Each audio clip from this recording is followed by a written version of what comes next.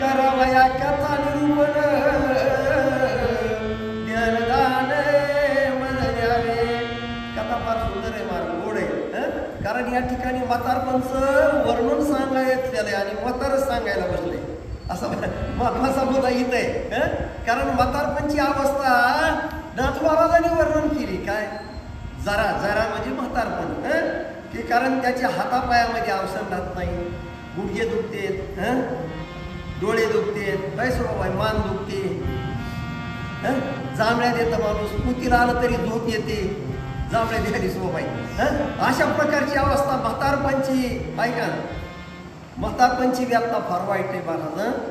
कारण यातना काय सांगू नारायणा. कारण असताना नाथ महाराज म्हणतात देवा म्हातारपणची यातना किती फार वाईट आहे तो देवा असताना, कारण ती भोगल्याशिवाय पर्याय नाही. कारण तरुणपणामध्येच त्याच्यासाठी असताना या ठिकाणी जे असतील ना, ज्यांच्याकडे जरा हात दिलेत, पाय दिलेत, चलायला बोलायला वाचा दिली, ह्या अवस्थेमध्येच असताना परमार्थ करावा महाराज, जप करावा.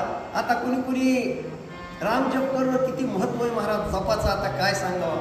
इथं पोती ऐकली, जर तुम्ही 100, 200, 500, 1000 काय लागतो 1000 जप करायला. 1000 जप 10 मिनिटामध्ये होत असेल, 15 मिनिट लागतील नाही झालं तर. राम राम रामकृष्ण हरी जर जप केला कुणी, रामकृष्ण जसं ज्याला जेपल तसं रामरामाचा करा, रामकृष्ण हरी करा, जप जर केला तर तुमच्या आयुष्यामध्ये तुम्हाला सुख समाधान प्राप्त झाल्याशिवाय राहणार नाही. आणि म्हातारपण सुखाचं गेल्याशिवाय राहणार नाही. बाबा जसं तुमचं चाललंय ना आनंदानं, तशाप्रमाणे आनंदानंच असताना त्याची परिपूर्णता होईल. कशी परिपूर्णता होईल नाथ महाराज वर्णन करतात बाळा बाळा. हे संग माझी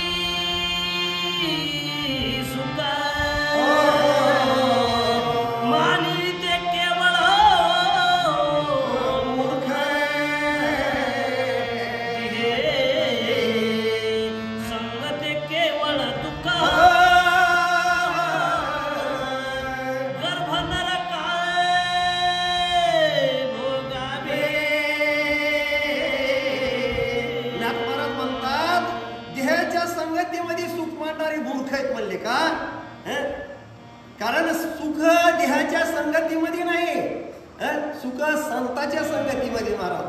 संत संगतीचे काय वाणू सुख आपणा परिक करीती ते, किंवा संत चरण रज लागता सहज वासनेचे बिजळ जळून जाये.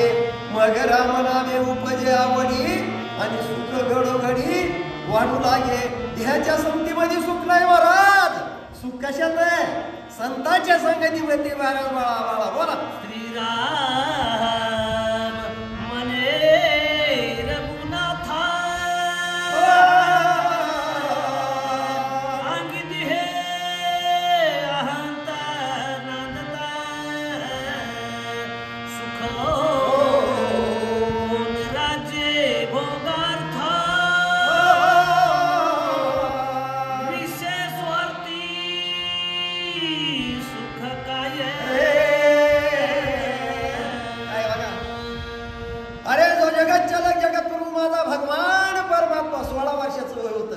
आणि त्याला सदुपदेश कोण करतात?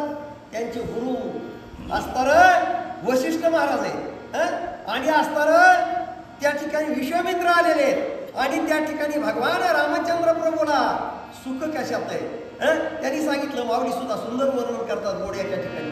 विषय विषयाचा परिपाडू गोड परमार्थ लागे कडू, कडू विषय तू ओढू जीवाशी झाला. अरे सुख ज्याच्यात आहे त्याचा असणारा उपभोग घ्या. भगवान रामचंद्र प्रभूला सांगितलं देवा देवा सुख कशात आहे अशा प्रकारे असणार, आणि माझ्या भगवान रामचंद्र प्रभूला असणार आणि त्या ठिकाणी सदुपदेश करू लागले. बाळा बोला. अहंकार ऐसा